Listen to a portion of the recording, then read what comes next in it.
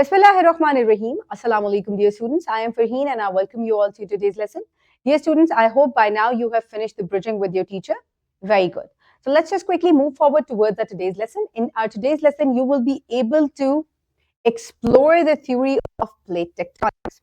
तो plate tectonics क्या है? सबसे पहले ये कॉन्सेप्ट एल्फ्रेड वैगनर ने दिया था और एल्फ्रेड वैगनर का ख्याल ये था कि मिलियंस ऑफ इयर्स अगो एक सुपर कॉन्टिनेंट हुआ करता था, यानी कि उस वक्त 7 कॉन्टिनेंट्स नहीं होते थे और इसी सुपर कॉन्टिनेंट से ये 7 कॉन्टिनेंट्स और 5 ओशंस जो हैं वो बने हैं। अब उसने ये बात कैसे सोची और उसको कैसे समझ में आई? जाहिर है मिलियंस ऑफ इयर्स अगो वो मौजूद तो नहीं था। बेसिकली उसको फॉसिल एविडेंस मिला, यानी कि जो बाकियात होते हैं, हड्डियां होती है जानवरों की और पौधों की, बाकियात होते हैं, उसने उनको जब स्टडी किया तो उसको नजर आया कि जो चीजें जो फॉसिल साउथ अमेरिका में थे वही अफ्रीका में मिले, वही फॉसिल्स जो ऑस्ट्रेलिया में थे वो इंडिया में भी मिले और अफ्रीका में भी और साउथ अमेरिका में भी। हालांकि अगर आप इन कॉन्टिनेंट्स को करीब से देखें तो ये कॉन्टिनेंट्स जो है वो बहुत दूर है, सेम फॉसिल्स इन कॉन्टिनेंट्स के अंदर मिल रहे हैं। तो इसका क्या मतलब है? उसने ये कहा कि इसका मतलब ये है कि ये तमाम कॉन्टिनेंट्स पहले एक ही कॉन्टिनेंट था और ये इसी एक कॉन्टिनेंट से 7 डिफरेंट कॉन्टिनेंट्स बने हैं और इसको उसने क्या नाम दिया? इसने उसको कॉन्टिनेंटल ड्रिफ्ट का नाम दिया। उसने इस सुपर कॉन्टिनेंट को पेंजिया का नाम दिया। अब इन 7 कॉन्टिनेंट्स के अलग-अलग नाम है, but before it was called Pangaea और जो एक ही ओशन था उसका नाम था पेंथलासा। तो माय डियर स्टूडेंट्स, यहां से ही कॉन्सेप्ट पैदा होता है कॉन्टिनेंटल ड्रिफ्ट का और प्लेट टेक्टोनिक्स का कि millions of years ago there was just one continent and it slowly and gradually drifted away from that one continent. और ये सब क्यों हुआ? ये सब कन्वेक्शनल करंट की वजह से हुआ। कन्वेक्शनल करंट्स क्या होते हैं? We know the internal structure of earth के कोर बहुत ज्यादा हॉट होती है। जैसे जैसे हम अर्थ के अंदर जाते हैं टेम्परेचर बढ़ता चला जाता है and core is the hottest part. जो कोर के ऊपर मेंटल इसके साथ इंटरैक्ट करती है वो क्या हो जाती है? वो मेल्ट डाउन हो जाती है और वो स्लोली एंड ग्रेजुअली ऊपर की तरफ उठना शुरू कर देती है। ऊपर जाके वो साइड्स पे फैल जाती है क्योंकि ये ठंडी होना शुरू हो जाती है और फिर ये वापस सिंक बैक करती है, जिसकी वजह से यहाँ आप देख सकते हैं कि करंट्स बनना शुरू हो जाते हैं और ये कॉन्टिन्यूअस मूवमेंट है। ये फिर गर्म होती है, फिर ऊपर उठती है और ये जो प्लेट्स लिथोस्फेयर के अंदर मौजूद है ये एक कॉन्टिन्यूअस प्लेट नहीं है, ये ब्रोकन है। और जब ये मेंटल इस तरीके से हिलती है तो क्या होता है? प्लेट्स भी अपने आप हिलना शुरू हो जाती हैं। यहां आप इस मैप में देख सकते हैं कि डिफरेंट कॉन्टिनेंट्स और ओशंस के अंदर डिफरेंट प्लेट्स मौजूद हैं। फॉर एग्जांपल ये इंडिया है और इंडिया के नीचे ये प्लेट मौजूद है which is called the Indian plate. ये एक बड़ी प्लेट भी मौजूद है which is called the Eurasian plate. तो ये जो ब्लैक आउटलाइंस आपको नजर आ रही हैं ये प्लेट बाउंड्रीज हैं। तो माय डियर स्टूडेंट्स, यहां से टेक्टोनिक प्लेट्स का एक कॉन्सेप्ट जो है वो हमारे पास आ गया। ये कुछ मेजर टेक्टोनिक प्लेट्स हैं जो कि आपको अपनी स्क्रीन पर नजर आ रही हैं। यहां पाकिस्तान मौजूद है और पाकिस्तान 3 प्लेट्स के ऊपर मौजूद है, यूरेशियन प्लेट, अरेबियन प्लेट और इंडियन प्लेट के ऊपर। Moving on my dear students, ये जो मूवमेंट है प्लेट्स की ये 3 मुख्तलिफ तरीकों से होती है। ये एक दूसरे की से परे हटती हैं, मूव अपार्ट करती है जिसको हम डाइवर्जेंट कहते हैं। ये एक दूसरे की तरफ आती हैं, टकराती हैं जिसको हम कन्वर्जेंट कहते हैं और ये स्लाइड पास्ट भी करती हैं, यानी कि रगड़ भी खाती हैं जिसको हम ट्रांसफॉर्म कहते हैं। यहीं से हम सिमुलेशन की मदद से समझेंगे कि किस तरीके से प्लेट बाउंड्रीज वर्क करती हैं और फिर क्या क्या लैंड फॉर्म्स आपको देखने को मिलते हैं। सबसे पहले जो हमारे पास अब चीज है वो हम क्या देखेंगे कि कॉन्टिनेंटल प्लेट्स, यानी कि जब 2 कॉन्टिनेंट्स और उनके नीचे जो 2 प्लेट्स हैं वो आपस में टकराती हैं तो क्या होता है। सबसे पहले आपको ये चीज दिखानी है कि ये होता कैसे है। Let's select a time of 10 years, ठीक है। 10 साल में हम देखते हैं कि अगर ये टकराने लगेंगी, एक दूसरे की तरफ आएंगी तो हमें क्या कुछ देखने को मिलेगा?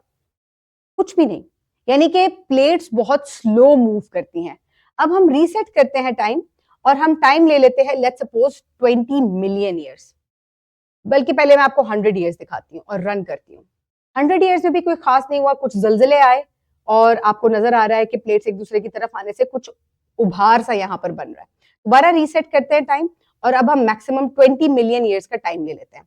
Now you are going to see जलजले आ रहे हैं वक्तन फवक्तन और पहाड़ जो हैं ये बन रहे हैं और प्लेट्स आपस में एक दूसरे की तरफ जा रही हैं। इसको हम कहते हैं कन्वर्जेंट बाउंड्री, जब 2 प्लेट्स एक दूसरे की तरफ टकराती हैं। अब ये 2 प्लेट्स के नीचे, ये दोनों प्लेट्स जो हैं ये कॉन्टिनेंट्स के नीचे भी हो सकते हैं, नहीं तो एक और भी हमारे पास ऑप्शन है और वो ऑप्शन क्या है कि ये दोनों प्लेट्स जो हैं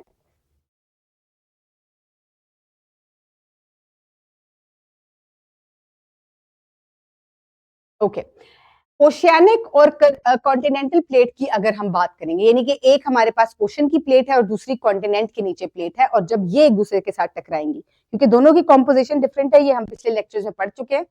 ओशियानिक प्लेट जो है ये ज्यादा डेंस होती है, कॉन्टिनेंटल प्लेट जो है ये लेस डेंस होती है। टाइम हम पिक करेंगे 20 मिलियन ईयर्स का मैक्सिमम, और अब हम देखेंगे जलजले आएंगे बहुत सारे, और जो कॉन्टिनेंटल ओशियानिक प्लेट है भारी होने की वजह से कॉन्टिनेंटल प्लेट के नीचे धंसती चली जाएगी, जिसकी वजह से क्या होगा कि ये जो रॉक्स हैं ओशियानिक प्लेट के, ये मेल्ट हो जाएंगे प्रेशर और हीट की वजह से, जिसकी वजह से आपको बहुत सारी वॉल्केनोज भी यहाँ पर नजर आएंगी। है तो ये भी कन्वर्जेंट प्लेट बाउंड्री, लेकिन चीज क्या है कि ये एक ओशन के नीचे प्लेट थी और एक कॉन्टिनेंट की तरफ, और दोनों आपस में टकरा रही हैं। अब हम एक और चीज देखेंगे कि अगर दोनों ही क्या हो, दोनों ही हमारे पास ओशियानिक प्लेट्स हो, तो जो अब दोनों ओशन के नीचे प्लेट्स मौजूद हैं, हम टाइम पिक करेंगे मैक्सिमम 20 मिलियन ईयर्स का, और हम इसको रन करेंगे। अब जो प्लेट ज्यादा ओल्ड होगी, जो प्लेट ज्यादा ओल्ड होगी वो यंग ओशन प्लेट के नीचे धंस जाएगी, और यहां आपको बहुत ज्यादा वॉल्केनोज देखने को मिलेंगी, अंडर वाटर वॉल्केनोज होंगी, अंडर वाटर माउंटेन्स भी आपको यहां देखने को मिलेंगी। तो इस तरीके से क्या होगा, ये कन्वर्जेंट प्लेट बाउंड्री होगी ओशियानिक ओशियानिक। अब हम आ जाते हैं डाइवर्ज। एरोज आपको बता रहे हैं दो प्लेट्स जो है ये परे की तरफ हटेंगी, यानी कि पीछे की तरफ हटेंगी। 20 मिलियन ईयर्स का टाइम सिलेक्ट करते हैं, जलजले आएंगे। इसके अलावा क्रस्ट जो है वो थिन होती चली जाएगी, पतली होती चली जाएगी, आपको सेंटर से नजर आ रहा है। जब ये पतली होगी तो ओशंस क्रिएट होंगे। पतले होने की वजह से नीचे से लावा भी बाहर आएगा, जिसकी वजह से अंडर वाटर वॉल्केनोज और अबव द वाटर भी वॉल्केनोज आपको देखने को मिलेंगी। अब जो नेक्स्ट हमारे पास प्लेट बाउंड्री है वो है ट्रांसफॉर, जिसमें दो प्लेट बाउंड्रीज जो है ये आपस में रगड़ खाएंगी, दोनों अलग अलग डायरेक्शन से मूव करेंगी। आप देख सकते हैं कि एक अगर साउथ की तरफ जा रही है तो दूसरी नॉर्थ की तरफ जा रही है। हम टाइम पिक करेंगे 20 मिलियन ईयर्स का। इस प्लेट बाउंड्री में सबसे ज्यादा खतरनाक किस्म के जलजले आते हैं, और इससे क्या होता है, इसमें कोई वॉल्केनोज या माउंटेन्स फॉर्म नहीं होती, बल्कि अगर कोई रिवर गुजर रहा है तो उसका रास्ता चेंज हो जाएगा, जलजले बहुत ज्यादा आएंगे, और यहाँ पर फॉल्ट लाइंस, गड्ढे, शिगाफ भी जो है वो बन सकते हैं घिसटने की वजह से, रगड़ खाने की वजह से। तो माय डियर स्टूडेंट्स, यहाँ आपने देखा कि हमने किस तरीके से तीन मुख्तलिफ मूवमेंट्स प्लेट की पढ़ी, लेकिन हमने उसके अंदर ऑप्शंस ये लगा दी कि वो प्लेट किसके नीचे मौजूद है, ओशन के नीचे मौजूद है, कॉन्टिनेंट के नीचे मौजूद है, और फिर उनके आपस में टकराने से, पीछे हटने से क्या क्या चीजें फॉर्म होती हैं। So my dear students, I hope you have understood the three different plate boundaries. You will complete the formative check with your teacher by the end of the lesson. You will move forward towards the workbook. You will complete the formative check there, and then your teacher will assign you the homework.